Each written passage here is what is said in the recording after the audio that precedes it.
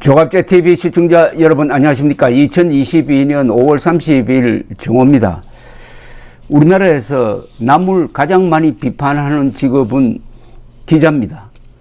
그런데 남으로부터 가장 적게 받는 직업이기도 합니다. 그래서 오늘 기자 비판을 좀 하겠습니다. 조선일보에 이런 기사가 실렸습니다.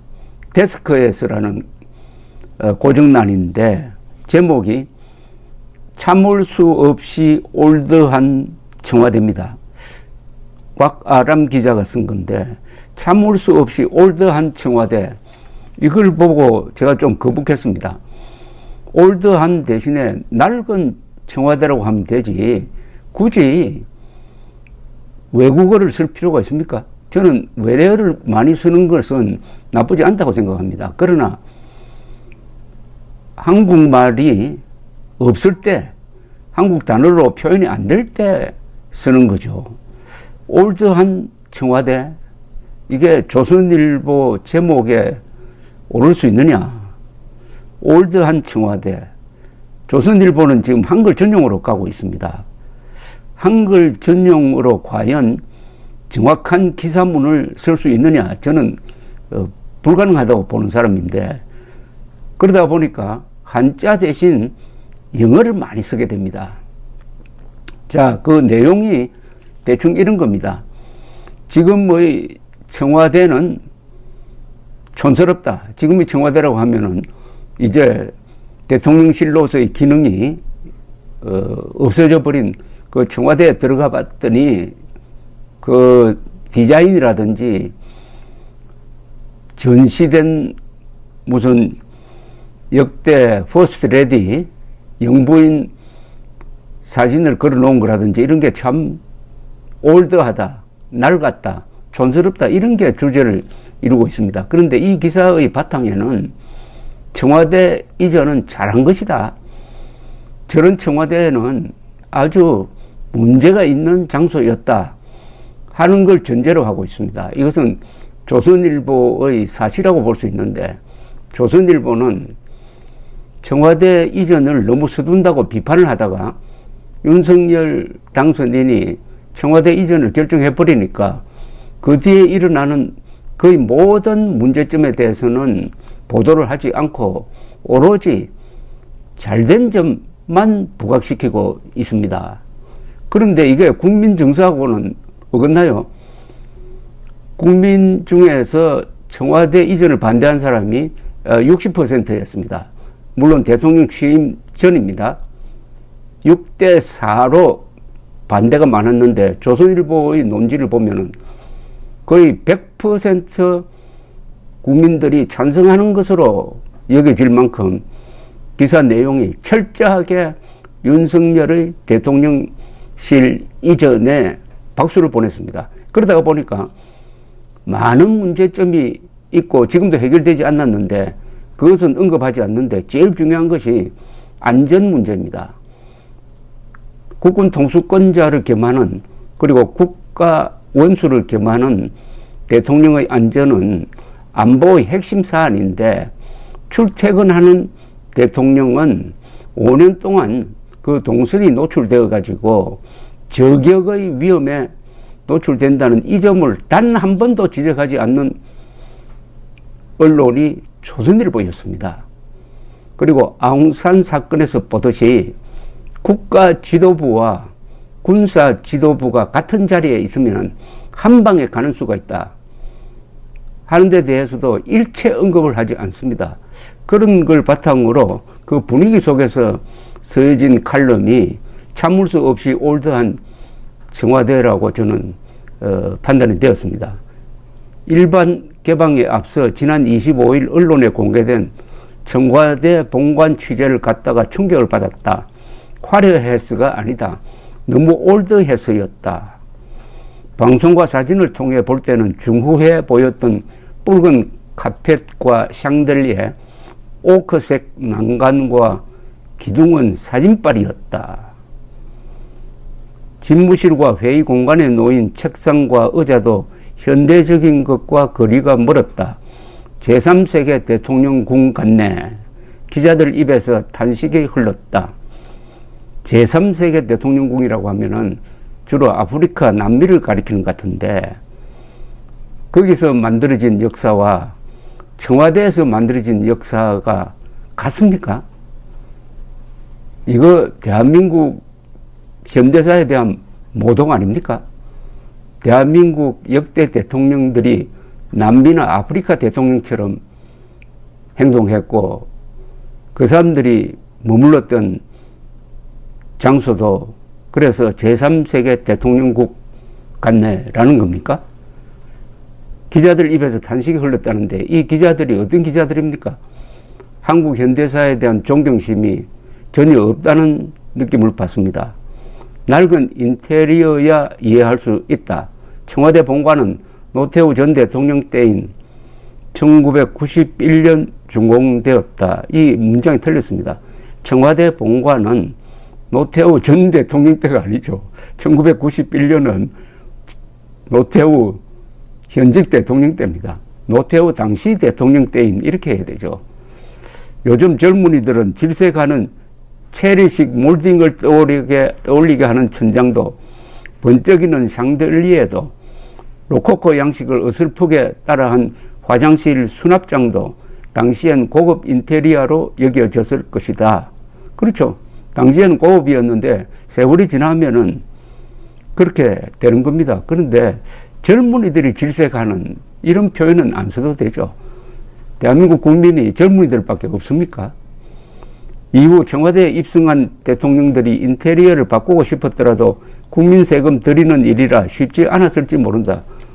그렇다면은 애정을 가지고 봐야 되는 거 아닐까요?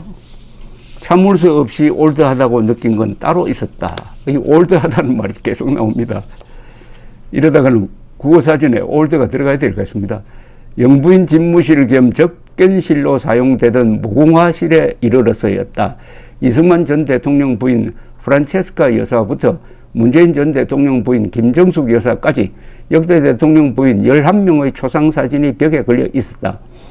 왕의 아내가 국모로 불렸던 왕조시대도 아닌데 한 여성이 누군가의 아내라는 이유로 지위를 얻고 그것이 사진으로 기록될 만한 가치가 있다고 여겨진다는 사실이 기이하게 낡았다고 느껴졌다.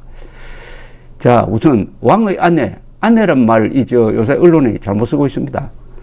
아내는 남편이 부를 때 아내라 부르지 제3자가 아내라고 부르지 않습니다. 부인이라고 해야 됩니다. 왕의 부인, 대통령의 부인 이렇게 해야 됩니다. 요새 어느새 제3자가 아내 하는 게 이게 뭐 정착되고 있습니다. 자, 왕조시대도 아닌데 한 여성이 누군가의 아내라는 이유로 지위를 얻고 그것이 사진으로 기록될 만한 가치가 여겨진다는 게 그 기이합니까? 아니, 대통령 부인은 공직자, 준공직자 아닙니까? 대통령 부인의 역할을 아예 깡그리 이렇게 무시할 수가 있습니까? 또 무시해도 무시됩니까? 대통령 옆에 대통령 부인이 따라다니면 자연스럽게 그 사람은 공직자인 겁니다. 그런데 뭐 어떤 특정 대통령 부인이 마음에 안 들었는지는 모르지만 대통령 부인 전체를 존재해서는 안 될 그 무엇으로 여기는 게 이게 옳은 일입니까? 아니, 미국이 그렇게 합니까? 미국에서 퍼스트 레디에 대한 예우, 퍼스트 레디에 대한 관심 얼마나 지극합니까? 우리나라는 미국식 대통령제를 도입을 했으니까 첫 대통령부터 그 부인이 중요한 역할을 했습니다. 프란체스카 여사, 유경수 여사, 이 사람들이 집어져야 할 존재입니까? 선대의 초상을 건다는 건 공과를 새기기 위해서다. 사진 속 여성들의 업적을 생각해 보았지만 딱히 떠오르지 않았다. 민주화 운동가였던 이희호 여사의 생애마저도 영부인이라는 칭호에 가려 퇴색된 것 같았다. 아, 이거는 정말 기자로서의 무지를 드러내는 건데요. 아니, 역대 대통령 부인 중에서 최소한 프란체스카 여사와 유경수 여사 두 사람이 이승만, 박정희 두 대통령의 성공에 얼마나 영향을 끼쳤느냐. 가장 큰 영향을 끼쳤다고 볼 수가 있습니다. 그런데 거기에 대해서는 아무 언급이 없고 이희호 여사의 생애마저도 민주화 운동가로서의 이미지를 덮은 영부인이라는 칭호, 그것도 퇴색된 것 같다, 이렇게 이야기할 수가 있습니까? 어떻게 깡그리 무시를 합니까? 뭐 김정숙 여사에 대한 유감은 뭐 이해한다고 하더라도 이것은 토탈 무시입니다. 전체 무시입니다. 전체. 이 도매금으로 이렇게 할 수가 있습니까? 프란체스카 여사가 이승만 대통령의 비서 역할을 하고 또 어떤 점에서는 부정적 역할도 했습니다. 유경수 여사가 박정희 대통령 임기 중에서, 그러니까 1961년에서 피살된 1974년까지 14년 동안 한 역할, 이것은 이 기자의 머릿속에는 없는 모양입니다. 한국 현대사에 대한 이 기본 지식이 없으면은 이런 걸 씁니다. 역사에 대한 존중심이 없으면은 윤석열 대통령처럼 청와대를 저렇게 제왕적 권력의 상징이었다고 매도하고 졸속 이전을 할 수가 있는 겁니다. 역사에 대한 존중심이 없는 사람이 할 수 없는 일이 없습니다. 사실은 역사를 무겁게 생각하고 존중하지 않으면 보수가 아니죠. 보수는 뭡니까? 죽은 사람, 살아있는 사람, 앞으로 태어날 사람을 연결해주는 전통과 역사, 미풍양속을 존중하는 사람 아닙니까? 조선일보도 보수 언론으로 불리니까 그런 자세가 필요한 것 아닐까요? 그 공간 자체가 여성의 가장 큰 덕목은 내조라 웅변하고 있었다. 40대인 기자 눈에도 이런데 페미니즘의 가치를 더 중히 여기는 2030 여성들은 어떨지 궁금했다. 여성의 가장 큰 덕목은 내조니까 대통령 부인도 내조만 해야 된다, 뭐 이런 이야기인데, 글쎄요, 이 말이 정말 이 여성들에게 설득력이 있을까요? 미셸 오바마가 나옵니다. 미셸 오바마는 회고록 비커밍에서 백악관에 처음 들어가던 때의 기억을 떠올리며 이렇게 썼다 해가지고 그 인용을 합니다. 이 상황에서 중요한 진실은 나와 딸들이 조연일 뿐이라는 점이었다. 우리는 불악에게 주어지는 호화로운 혜택을 나누어 받는 수혜자에 불과했다. 가끔은 집안의 모든 일이 남성 가장의 욕구를 중심으로 돌아가던 옛 시절로 회귀한 것 같은 느낌이었고, 딸들이 그런 상황을 정상으로 여기지 말아야 할 텐데 싶었다. 미셸은 오바마 부인이라는 명칭에 커리어 우먼으로서의 자기 정체성이 묻혀버렸다는 사실을 속상해했다. 이걸 왜 인용을 해가지고 주장하는 바가 뭔지 잘 모르겠네요. 솔직하게 말해서. 그러면 대통령 영부인도 그냥 뒤에서 보이지 않는 데서 살아라, 이런 이야기인지 조금 더 적극적으로 뭐 활동을 했으면 좋겠다는 이야기인지 이 대목 인용의 취지를 제가 잘 이해를 못하겠습니다. 공간은 사고를 규정한다. 이건 난폭한 이야기입니다. 공간은 사고를 규정할 수도 있다, 이렇게 해야지. 공간은 사고를 규정한다면 이거는 풍수 지리설입니다. 공간과 인간의 사고는 원래는 아무 관계가 없어요. 다만 부분적으로 관계가 있습니다. 부분적으로 관계가 있어요. 그런데 공간은 사고로 규정한다는 것은 윤석열 지금 대통령의 이야기입니다. 그러니까 이 기사가 윤석열 대통령의 생각을 따라가고 있습니다. 판단 기준이 윤석열의 판단 기준인 것 같습니다. 조선일보 독자적인 판단 기준이 아니고, 낡은 공간에 있으면 생각마저 낡아진다. 천만의 말씀입니다. 이승만, 박정희 두 분이 일제시대 때 총독관저로 서해졌던 낡은 건물에서 그 바닥이 삐그덕삐그덕하는 소리가 나는 그 건물에 있으면서도 그 낡았습니까? 이승만, 박정희가 경무대와 청와대에서 그 낡은 건물 속에서 일하면서 국정을 올드하게 했습니까? 이분 말처럼. 낡아 빠진 정책을 폈습니까? 우리나라 역사상 위대한 혁신, 위대한 개혁, 위대한 근대화를 한 것 아닙니까? 오히려 이렇게 써야죠. 공간은 사고와 관계가 없다. 이승만 박정희를 보라. 이렇게 써야 되는데. 그런 면에서 청와대를 벗어나 영부인실을 없앤 새 정부의 결정은 모던하게 보인다. 여기 또 올드가 나오더니 이번에 모던이 나옵니다. 아니, 영부인실을 없앤 게 이게 무슨 자랑입니까? 아니, 영부인이 공적인 일을 할 수 있잖아요. 그럼 사무실에 있어야 될 것 아닙니까? 도와주는 사람도 있어야 될 것 아닙니까? 그 제도가 오래 계속된다는 것은 그 나름대로 이유가 있다는 뜻 아닙니까? 그리고 영부인실을 없앴다는 게 이게 앞으로 계속될까요? 지금 저 국방부 청사로 들어간 저 청와대가 계속될 거라고 봅니까? 새로 지어야 되는 것 아닙니까? 영부인실을 없앤 새 정부의 결정은 모던하게 보인다고 하지 말고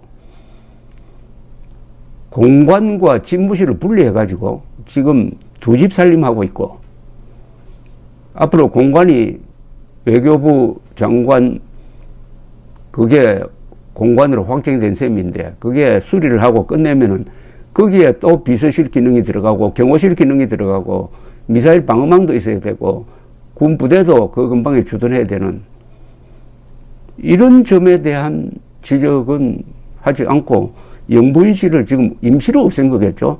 없앤 새 정부의 결정은 모던하게 보인다고 했는데 이 영부인실을 새로 두면은 이제는 윤석열도 올드한 사람이 되겠습니다.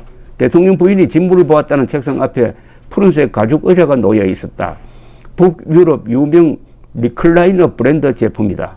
이날 청와대에서 본 것 중 유일하게 모던했다. 기묘한 부조화였다.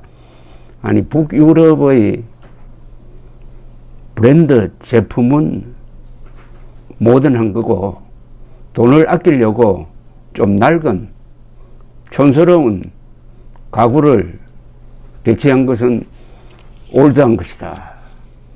이 기준이 도대체 뭐냐 이겁니다.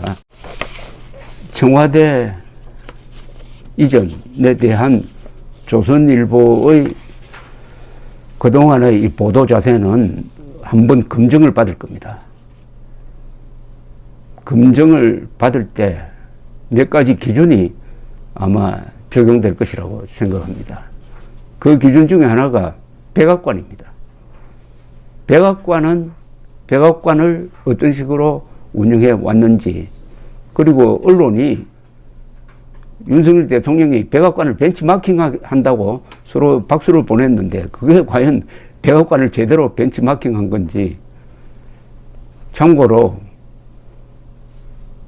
미국에서는 새 대통령이 들어가면은 백악관의 구조를 바꿀 수가 없습니다. 유일하게 바꿀 수 있는 게 벽지 색깔 바꾸는 정도라고 합니다. 윤석열 대통령처럼 저렇게 난폭하게 백악관을 이전하겠다? 펜타곤으로 이전하겠다? 하고 밀어붙이고 성사시키는 나라. 이게 오히려 제3세계 대통령 같은 행동 아닐까요? 감사합니다.